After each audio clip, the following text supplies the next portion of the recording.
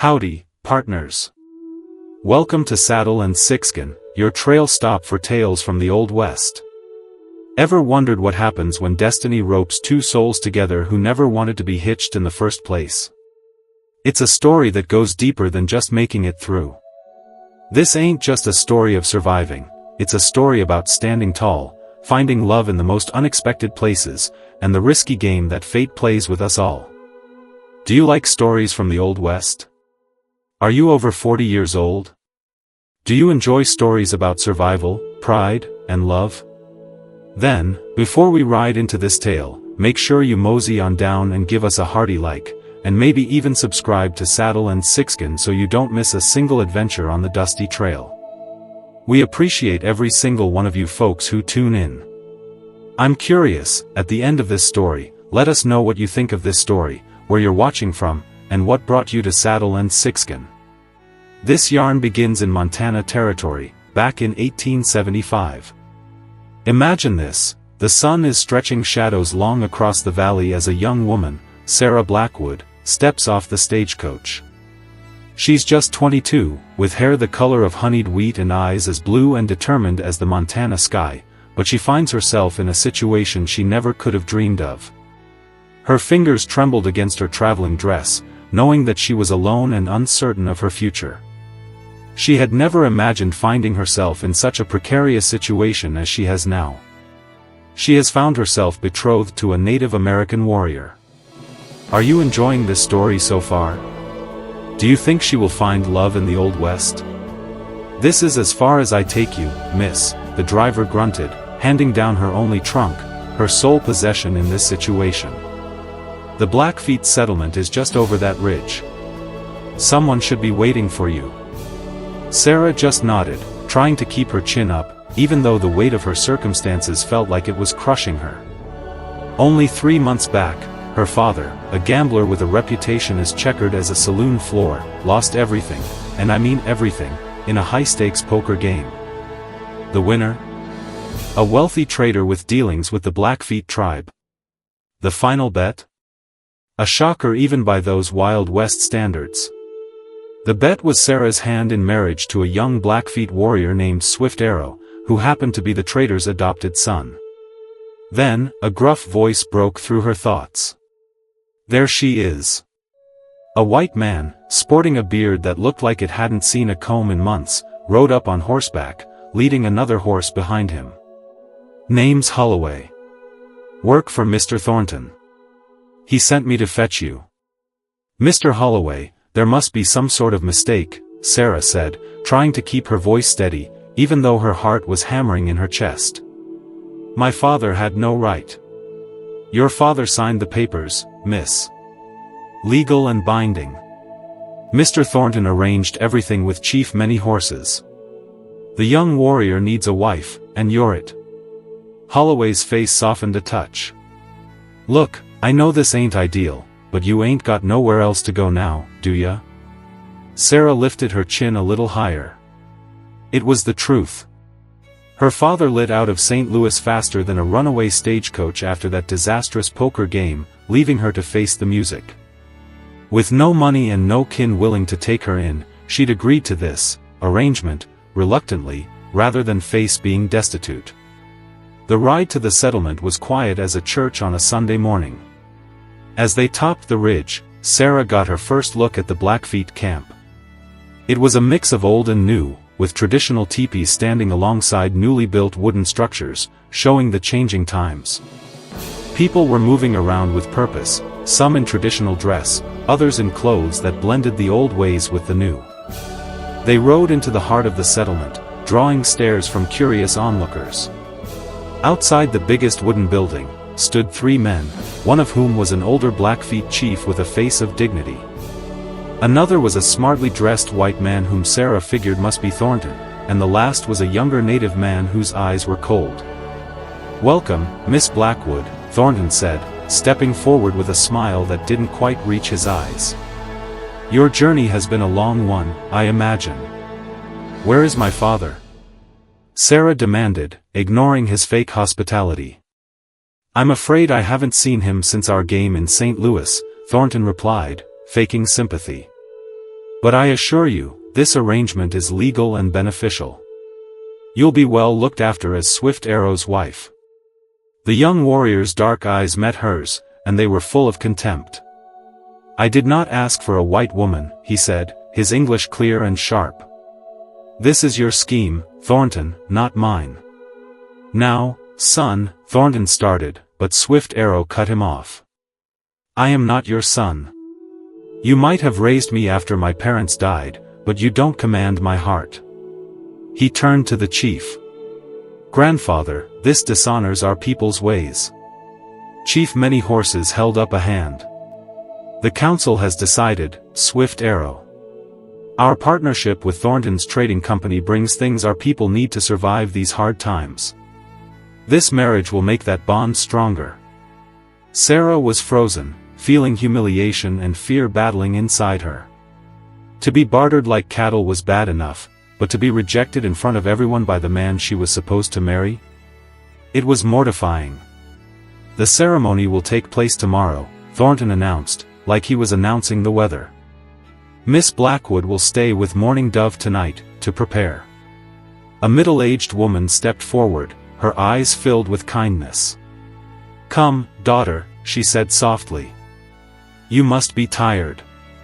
As Morning Dove led her away, Sarah heard Swift Arrow say to Thornton, "You might force this marriage, but you can't force me to accept her as a true wife." That evening, in Morning Dove's teepee, Sarah tried to hold back her tears as the woman helped her unpack her belongings. "He is angry now," Morning Dove said gently. "But Swift Arrow is a good man. His heart has been hurt many times." "I don't want to marry someone who hates me," Sarah whispered. Morning Dove patted her hand. "Sometimes, the path we have to walk isn't the one we'd pick, but every journey shows us its purpose in time." She paused, then added, "Swift Arrow's parents were killed by white settlers when he was just a boy. Thornton found him and raised him in between two worlds. Now, he trusts neither completely. Do you think she can change his mind? Are you enjoying this story so far? Like and subscribe." Sarah spent the night wide awake, watching the shadows dance on the teepee walls, wondering how she was going to make it through in this strange land, with a husband who seemed to despise her for just existing. Morning came too quickly. Women came in to get her ready, dressing her in a beautiful buckskin dress covered with beads. "This belonged to my daughter," Morning Dove explained softly. "She walks with the ancestors now." The ceremony was quick and serious. Swift Arrow stood stiffly beside her, saying the words he had to say without showing any feelings. Sarah felt empty inside, like she was just a chess piece in a game played by men who saw her as property. Afterward, Thornton hosted a celebration, and he was clearly pleased with himself. He pulled Sarah aside. "You've done well, my dear. This union secures my trading rights with the tribe for years to come." "I am not your dear," Sarah replied coldly. "And I did not do this for you." Thornton laughed. "Feisty. Perfect. You're going to need that fire to win over your husband. Why did you choose me for this arrangement?" Sarah asked, and Thornton's smile faded. "Your father was desperate enough to agree to anything, and Swift Arrow needs someone to civilize him a bit. He walks between two worlds but truly belongs to neither. You're my insurance that he'll keep helping me understand tribal politics."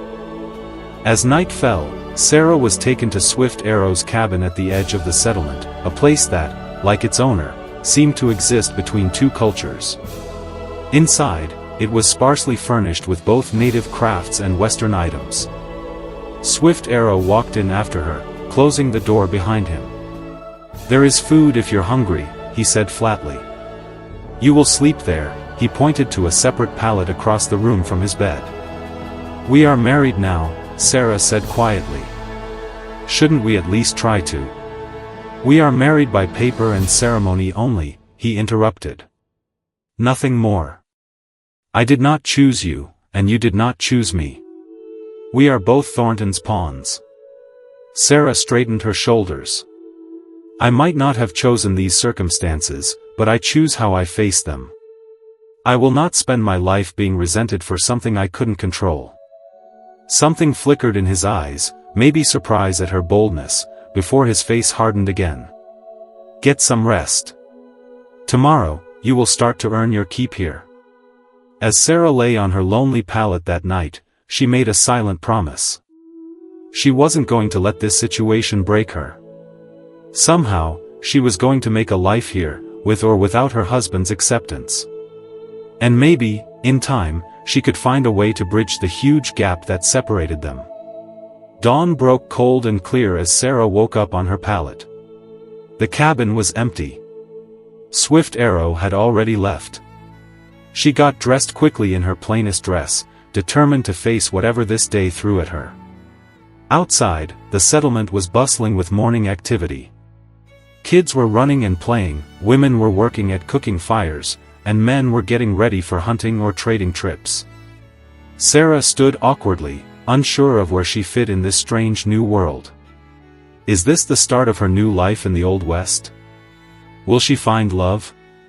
To hear what happens next to Sarah, subscribe to Saddle and Sixgun now. You look lost, daughter, came Mourning Dove's warm voice behind her. Come, I'll show you what needs doing. Over the next few hours, Mourning Dove showed Sarah the basics of camp life, how to tend a cooking fire, where to get water, and which plants could be used for medicine and food. Swift Arrow is a respected warrior and hunter, Mourning Dove explained as they worked. He also helps as a translator when traders or government officials come to visit.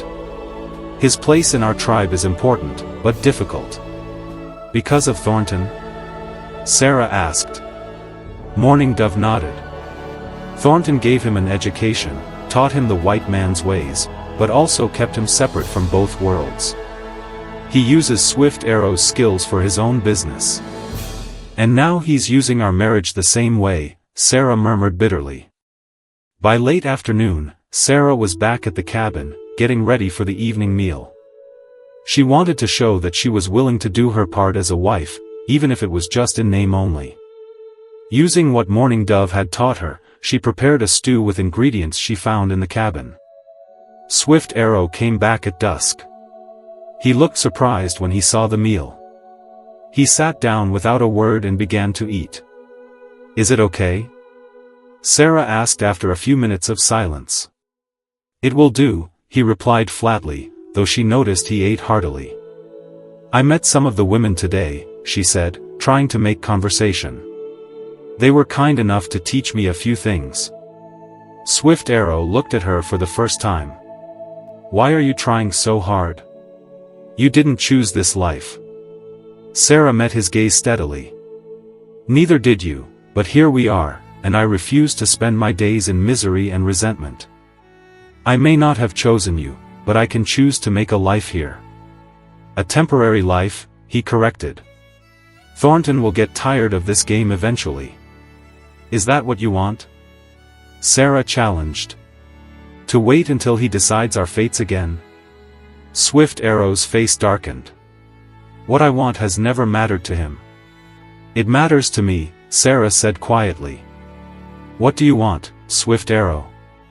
The question seemed to startle him. He stared at her for a long time before rising. I'm going to the council meeting. Don't wait up. Days turned into a routine as autumn moved across the valley. Sarah worked hard to learn the tribe's ways, slowly earning the women's acceptance. Swift Arrow stayed distant but polite. Their interactions were mostly about daily tasks. One evening, about a month after she arrived, Sarah came back to the cabin and found Swift Arrow getting ready to leave, dressed in his best clothes. There's a tribal gathering tonight, he explained. I'll be late. Can I come? Sarah asked. Swift Arrow frowned. It's not for outsiders. I am your wife, she replied with quiet dignity. How can I be anything but an outsider if I'm not allowed to be part of tribal life? Something in her words seemed to strike a chord with him. After a long pause, he nodded. Change into the buckskin dress and follow my lead. The gathering was held in a big circle around a central fire. Drums beat a rhythm as dancers moved in patterns. Sarah sat quietly beside Swift Arrow, aware of curious glances, but determined to show respect. "The dancers are telling the story of our people's creation," Swift Arrow explained, leaning close to be heard over the drums. "How Old Man created the animals and the Blackfeet from mud by the river." Sarah listened carefully as he translated songs and explained cultural things all evening. It was the most he had ever spoken to her, and she cherished this little opening between them. As they walked back to their cabin later, the night sky full of stars, Sarah took a deep breath and gathered her courage. Are you excited to hear how she is changing Swift Arrow's mind? To continue this story, like and subscribe. Thank you for letting me come tonight and for explaining the ceremonies. Swift Arrow was quiet for several steps before responding. You showed respect. That is unexpected. Why? Because I'm white? Sarah challenged gently. Because you're here against your will, he corrected. I expected anger, tears, or demands to be returned to your people. I have nowhere to return to, Sarah admitted. My father gambled away everything, including our home. He left me to this fate. They had reached their cabin, and in the moonlight, Sarah could see something soften in Swift Arrow's face. We have that in common, then. Being abandoned by those who should have protected us. The next morning, Sarah woke up to find a small leather book beside her pallet. It was a collection of Blackfeet stories and customs written in English. When she looked questioningly at Swift Arrow, he simply said, "If you want to understand, you should start there." A subtle shift had occurred. Though Swift Arrow still kept his emotions hidden, small changes marked their interactions, brief explanations of tribal customs, occasional conversations over meals, and a growing respect that, while fragile, gave Sarah hope. That hope was tested when Thornton made his first visit to the settlement since the wedding. He came unannounced one afternoon while Swift Arrow was out hunting, swaggering into the cabin where Sarah was mending clothes. Well, he said, looking around. Playing the beautiful Indian wife, I see. How charming. Sarah stood, keeping the table between them. What do you want, Mr. Thornton? Just checking on my investment, he smiled coldly. Tell me, has my wild Indian boy been properly tamed by his white bride yet? Swift Arrow is a man of honor and dignity, Sarah replied. Not a boy to be tamed. Thornton's smile disappeared. Don't get ideas above your station, girl. You're here to serve a purpose, keeping him loyal to me. And if I fail in this purpose? Sarah challenged. Then you're of no use to me, are you? Thornton replied, his implication clear. Remember your circumstances. Without this arrangement, you have nothing and no one. When Swift Arrow came back that evening, he sensed something was wrong right away. What happened? He asked, setting down his hunting gear. Sarah hesitated, then told him about the conversation honestly. Swift Arrow's face darkened with each word. He threatens you to control me, he said, anger evident in his voice. Always, he finds new chains. What hold does he truly have over you? Sarah asked. Swift Arrow paced the cabin. Legal guardianship until recently. Now, trade agreements that the tribe depends upon for winter supplies and knowledge of things from my past. What things? He stopped pacing, conflict on his face. It does not concern you. It does if he's using it to threaten both of our futures, Sarah insisted. Their eyes locked in battle before Swift Arrow relented. When I was 16, there was trouble with some white settlers who tried to hunt on tribal lands. A man was shot. Thornton claimed he protected me from being blamed, though I never knew if that was truth or manipulation. Sarah moved closer, stopping just short of touching him. He uses fear to control you, just as he uses my vulnerability to control me. We are both his prisoners unless we find a way to break free. For the first time, Swift Arrow looked at her not as an obligation, but as a potential ally. Perhaps, he said thoughtfully. But challenging Thornton is dangerous. For now, we must appear to play his game. That night, Swift Arrow moved his bedding slightly closer to Sarah's pallet, symbolically reducing the distance between them. It was a small gesture, but to Sarah, it felt like the first bridge across the chasm that separated them. Saddle and Sixgun brings you the Old West. Like and subscribe and continue on this journey with us. Winter came swiftly. The first snow came overnight, turning the landscape into a white expanse that took Sarah's breath away. Despite the cold, she found beauty in the crystalline silence. Life in the settlement changed with the season. Hunting parties ventured far. Women prepared hides and preserved food. Evenings were spent storytelling. To Sarah's surprise, Swift Arrow started including her more in tribal activities. He no longer objected when she joined the women for their work and sometimes invited her to go with him when he visited friends or attended ceremonies. He started teaching her Blackfeet phrases in the evenings. "Your pronunciation is improving," he said one night as they sat before the fire. Sarah smiled, pleased by the compliment. "I want to understand your people better." "Our people," Swift Arrow corrected, then looked surprised at his words. The moment hung between them, delicate and significant. Sarah busied herself with her mending. "There is a winter ceremony tomorrow," Swift Arrow said. "The women have prepared special foods and gifts. Will you come?" "I'd like that," Sarah replied. The winter ceremony was more elaborate than any gathering Sarah had seen. The tribe assembled in the largest lodge, where elders recounted sacred stories and rituals to ensure survival. Sarah sat beside Swift Arrow, aware of his presence. When food was distributed, he explained the significance of each dish. During a prayer, his hand brushed against hers, and neither pulled away. Later, gifts were exchanged. To Sarah's surprise, Swift Arrow gave her a pair of beaded moccasins. "Winter is harsh here," he explained. "Your boots are not suited for deep snow." "Thank you," Sarah whispered, touching the beadwork. "They're beautiful." Mourning Dove gave Sarah a smile that made her blush. As they walked home, Sarah realized something had shifted. The arrangement that had begun as a prison was evolving into something neither of them had anticipated. That night, Swift Arrow spoke of his childhood before Thornton. Memories of his parents and early years with the tribe. Sarah shared stories of her mother and her complicated relationship with her father. In those quiet hours, they found common ground in their experiences of loss and displacement. The following weeks brought them closer. Swift Arrow began teaching Sarah to track and hunt small game. In return, she taught him songs and stories from her childhood. Their evenings were increasingly filled with conversation rather than silence. "You are different from what I expected," Swift Arrow admitted one night.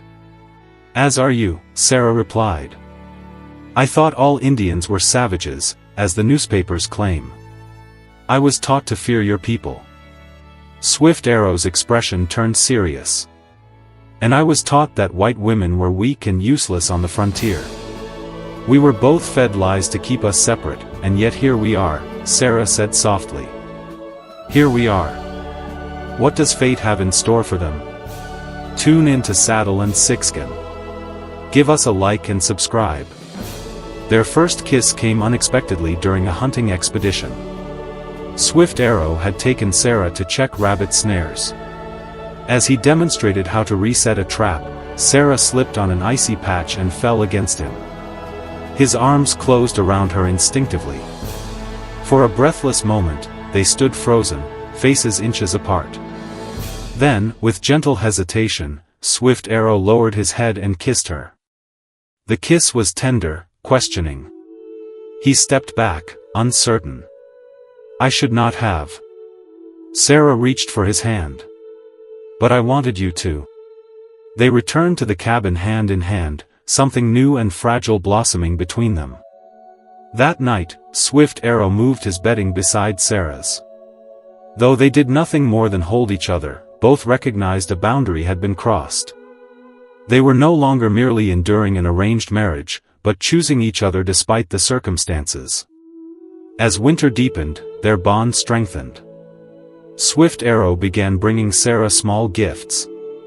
A pretty stone, feathers for her hair, a wooden comb he had carved himself. She in turn embroidered designs on his hunting shirts and learned to prepare his favorite foods.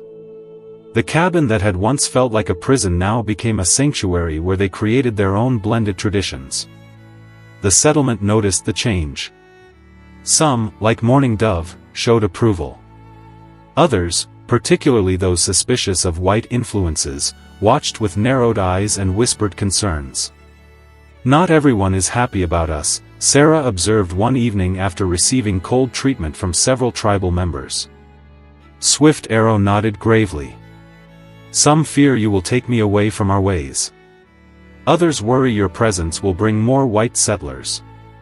"And what do you fear?" Sarah asked quietly. He was silent for so long she thought he might not answer. Finally, he took her hand. "I fear Thornton's reaction when he realizes we no longer play by his rules." The mention of Thornton cast a shadow over their happiness. They had heard he was traveling on business, but expected his return with the spring thaw, only weeks away now. "What will we do when he returns?" Sarah asked. "We will face him together," Swift Arrow answered. "But we must be prepared. Thornton does not surrender control willingly." Their worries materialized sooner than expected.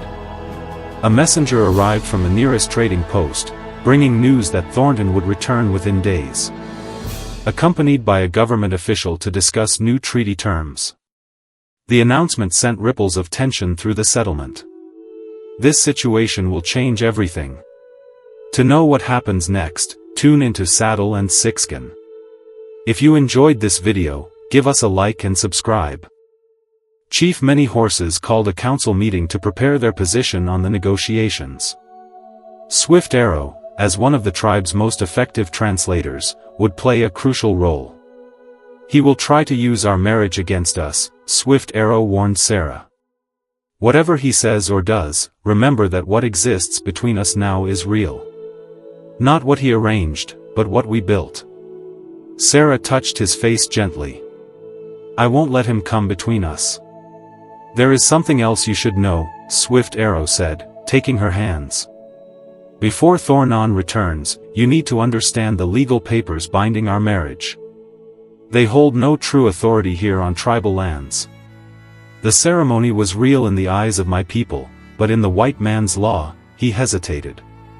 "You mean I'm not legally your wife under American law?" Sarah asked, stunned.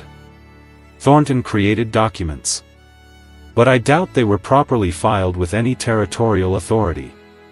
He merely needed you to believe you had no choice." The revelation left Sarah reeling. "So, I could have left at any time?" Pain flickered across Swift Arrow's face. "Yes. And now that you know this truth, you must decide if you wish to stay." Sarah's answer came without hesitation. She leaned forward and kissed him deeply. "My place is here with you by choice, not compulsion." As they held each other that night, Sarah felt both liberation and determination. Thornton had manipulated them both with lies and fear. Now armed with truth and genuine feelings for each other, they would face whatever challenges his return might bring. 2 days later, word came that Thornton's party had been spotted approaching the valley. The entire settlement prepared for the visit, but none with more at stake than Swift Arrow and Sarah. As they dressed that morning, Swift Arrow presented Sarah with a necklace, a small pouch on a leather cord. "This is a medicine bundle," he explained. "Inside are sacred items for protection and courage. My mother wore it. Now it belongs to you." Sarah bowed her head as he placed it around her neck. "I'll wear it with honor." "Whatever happens today," Swift Arrow said, taking her face gently between his hands, "know that you have brought light back to my life when I thought all was darkness." They walked hand in hand to the center of the settlement, ready to confront the man who had forced them together, never imagining they would choose to stay that way. Thornton arrived with a calculated showmanship that defined his dealings with the tribe. Accompanying him was a dour government official named Richardson and 4 armed men, described as security, but whose watchful eyes suggested more predatory intentions. The visitors were received in the council lodge where Chief Many Horses, Swift Arrow, and other tribal leaders awaited. Sarah sat slightly behind her husband, dressed in a blend of Western and Blackfeet clothing that reflected her evolving identity. Thornton's eyes narrowed when he spotted her, clearly surprised by her presence and apparent acceptance among the tribal leadership. He recovered quickly, launching into elaborate greetings and introductions. Commissioner Richardson has traveled all the way from Washington to discuss new arrangements for hunting territories and trading rights, Thornton announced. Grandly. I've assured him of the Blackfeet's eagerness to cooperate with these progressive measures. Swift Arrow translated accurately, but without Thornton's embellishments, earning a sharp glance from the trader. Commissioner Richardson spoke at length about the government's generosity in offering protected reservation lands in exchange for larger hunting territories. Though couched in diplomatic language, the proposal would essentially restrict the tribe to a fraction of their traditional lands. During a break in the negotiations, Thornton cornered Sarah near the water barrels. "Playing the Indian princess now, are we?" he sneered. "I must say I'm surprised. I expected tears and begging to be sent home by now." "This is my home," Sarah replied evenly. "And my husband and I are quite happy with our arrangement, though not in the way you intended." Thornton's face darkened. "Don't be a fool, girl. This little adventure of yours has been entertaining, but it's time to be realistic. These negotiations will change everything. The tribe will be moving to designated reservation lands by summer. You're selling them out," Sarah realized aloud. "After all, your promises of fair trading." "I'm a businessman." Thornton shrugged. "The future lies with progress, not with dying traditions." Swift Arrow would understand that if he weren't so stubborn about clinging to his savage roots. "You don't know him at all," Sarah said coldly. Thornton leaned closer. "I made him what he is, and I can unmake him just as easily." "Did he tell you about the settler he killed 6 years ago?" "One word from me to Commissioner Richardson about that unfortunate incident, and your precious husband will be in chains by nightfall." Sarah's blood ran cold, but she maintained her composure. "More threats, Mr. Thornton. Is that all you have?" "Not just threats," he replied smoothly. "Opportunities. Help me convince Swift Arrow to support the new treaty terms, and I'll ensure you both receive special privileges in the new arrangement, a proper house on the edge of the reservation, continued trading rights, perhaps even a teaching position for you with the Indian Agent's office. And if we refuse," his smile vanished. "Then I'll see Swift Arrow imprisoned for murder, and you'll find yourself truly alone on the frontier. Think carefully about your choices, my dear." Sarah returned to the council lodge with Thornton's threats weighing heavily on her mind. During the afternoon session, she noticed Swift Arrow growing increasingly tense as the treaty terms were elaborated. To hear the conclusion to this story from the Old West, you have to tune into the channel for more. You can subscribe to Saddle and Sixgun today. When the day's negotiations concluded, Swift Arrow and Sarah retreated to their cabin to discuss what they had learned. "The terms are worse than we feared," Swift Arrow said, pacing angrily. "They would take the best hunting grounds and confine us to the rocky foothills. Our people cannot survive there. Thornton threatened to accuse you of murder if you don't support the treaty," Sarah revealed. "He claims to have evidence about the settler incident." Swift Arrow stopped pacing, his expression grim. "I expected as much." He sat beside Sarah, taking her hands. "What he doesn't know is that I've carried that burden too long already. The man's death was an accident during a struggle after he attacked one of our hunting parties. I was defending my cousin." "Can you prove it?" Sarah asked. "There were witnesses, but they were all Blackfeet in a white man's court." He shook his head. "Our words count for nothing." They sat in silence, considering their options. Finally, Sarah spoke. What if we could undermine Thornton's credibility before he can make his accusation? That night, while the settlement slept, Sarah took an enormous risk. She crept to where Thornton and the commissioner were quartered and searched Thornton's saddlebags while he snored nearby. Her hands trembled as she extracted his leather portfolio containing the negotiation documents. By dawn, she and Swift Arrow had discovered something significant. Thornton had been falsifying the translation of the tribes' positions to the commissioner while simultaneously misrepresenting the government's offers to the tribe. More damning still, they found letters revealing Thornton had already sold hunting rights to several mining companies for lands he knew would be taken from the Blackfeet in the new treaty. He's been playing both sides all along, Swift Arrow said grimly. Betraying both the government and our people for his own profit. They carefully replaced the documents and formulated a plan. When negotiations resumed the next morning, Swift Arrow requested permission to translate directly to Chief Many Horses rather than through Thornton. The trader objected strenuously, but Commissioner Richardson, growing suspicious of the obvious tension, granted the request. For the first time, the Blackfeet leaders heard the government's actual terms, less severe than Thornton had presented, though still challenging. Similarly, Commissioner Richardson learned that several points he thought had been agreed upon had never been accurately communicated to the tribe. As confusion mounted, Sarah stepped forward, speaking clearly and respectfully. She addressed the commissioner directly. "Sir, I believe there has been deliberate misrepresentation in these negotiations. Mr. Thornton has been altering the translations to serve his own interests." Thornton surged to his feet. "This is outrageous. This woman has no standing here. I speak both as a white American citizen and as the wife of a respected Blackfeet translator," Sarah countered. "And I have evidence of Mr. Thornton's duplicity."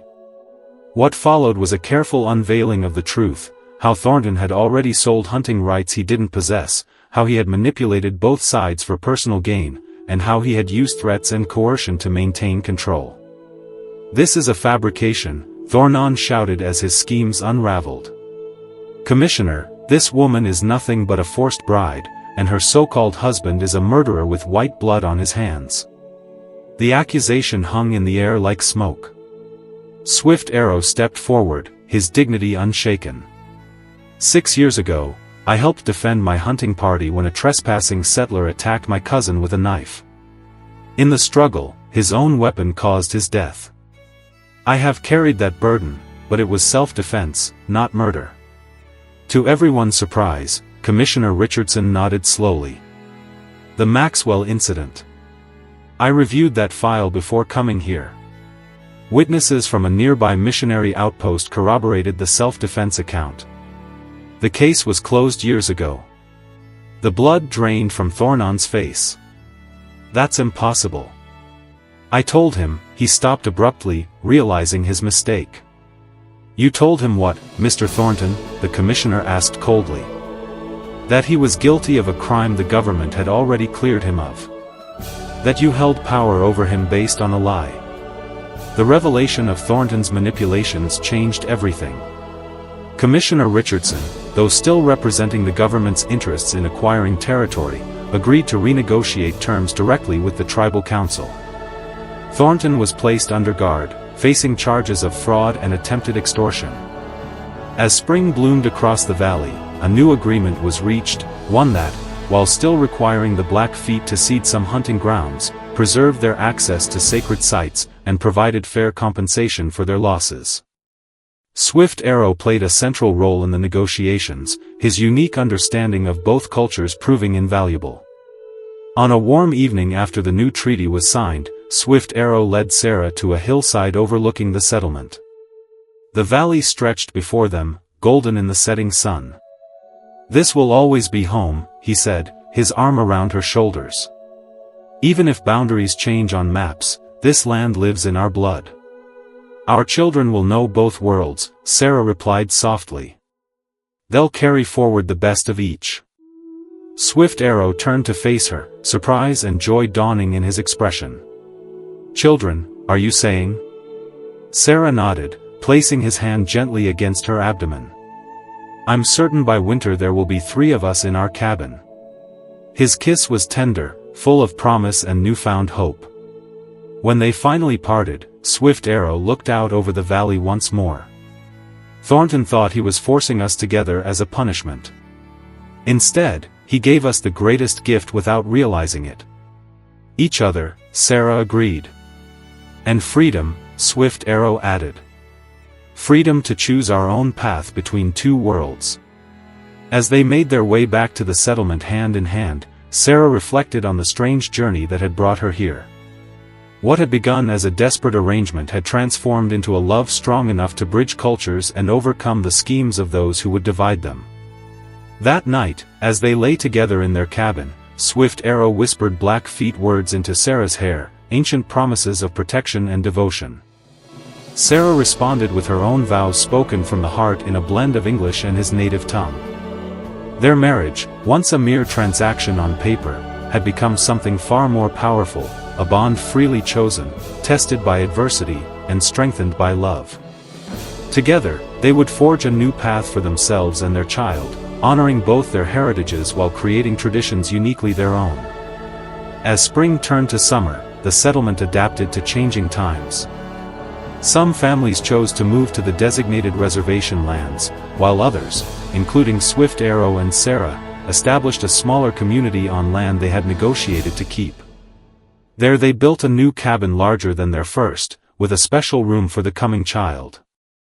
Mourning Dove, who had chosen to stay with them, often reminded Sarah of her words from that first difficult night. "Sometimes the path we must walk is not the one we would choose, but every journey reveals its purpose in time." Looking at Swift Arrow as he worked in the golden light of a summer evening, his face peaceful in a way it had never been before, Sarah knew with certainty that their journey, though beginning in shadows, had led them exactly where they were meant to be. Well, folks, that's the end of our tale for today. Hope you enjoyed it. Let us know what you think of this story, where you're watching from, and what brought you to Saddle and Sixgun. What do you like about it, what you don't like about it? The purpose of Saddle and Sixgun is to make stories that you will enjoy. And don't forget to give us a like and subscribe to Saddle and Sixgun so you don't miss any of our upcoming adventures from the Old West. Until next time, happy trails.